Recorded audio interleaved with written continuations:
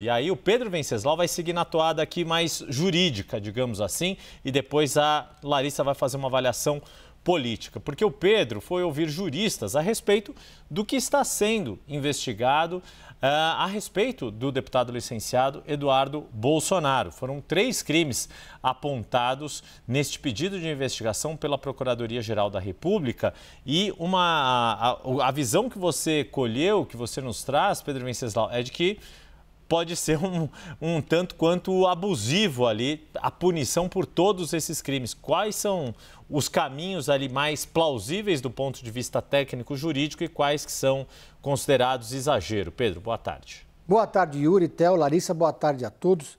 Pois é, são 3 crimes que são atribuídos a Eduardo Bolsonaro pela PGR e que estão sendo investigados pela Polícia Federal. Os crimes de coação no curso do processo, abolição violenta do Estado Democrático de Direito e obstrução. Então, eu fui perguntar para os juristas, criminalistas e constitucionalistas se eles avaliavam que Eduardo Bolsonaro poderia ser punido por esses 3 crimes e qual seria uma eventual punição. E, para minha surpresa, houve um consenso entre os criminalistas, mesmo aqueles antilavajatistas, progressistas, que têm uma linha mais crítica ao bolsonarismo, de que não há motivo para incriminar Eduardo Bolsonaro por 2 desses 3 crimes, que seria abolição violenta do Estado Democrático de Direito e obstrução.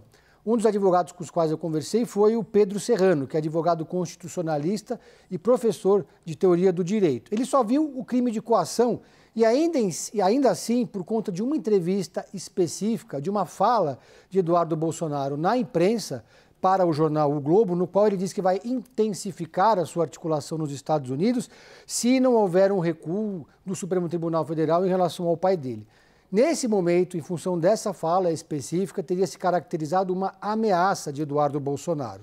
Ele disse ainda que o crime de coação é um crime de menor gravidade, é um crime que vai de 1 a 4 anos de prisão, mas como ele é réu primário, seria apenas 1 ano, portanto, Eduardo Bolsonaro sequer iria para o regime fechado. Então, há um motivo, segundo o Pedro Serrano, para se investigar o crime de coação, mas não há motivo nenhum, por exemplo, para que sejam tomadas medidas cautelares contra Eduardo Bolsonaro. Alguns outros juristas já falaram até em crime de traição à pátria, que, segundo Pedro Serrano, não existe no Brasil. Mas o outro advogado com o qual eu conversei, que é o Bruno Salles, esse advogado criminalista, penalista, diz que o que existe é um crime de atentado à soberania. Disse o Bruno Salles que esse crime sim está previsto na Constituição brasileira, que basicamente consiste em negociar com o governo ou grupo estrangeiro atos típicos de guerra, que vai de 3 a 8 anos de prisão. Mas esse crime não está tipificado, não está colocado entre os crimes atribuídos pela PGR, Eduardo Bolsonaro. Mas o Bruno Salles me explicou que essa é uma tipificação inicial da PGR, que no curso do processo podem se vincular outros crimes ao longo da investigação.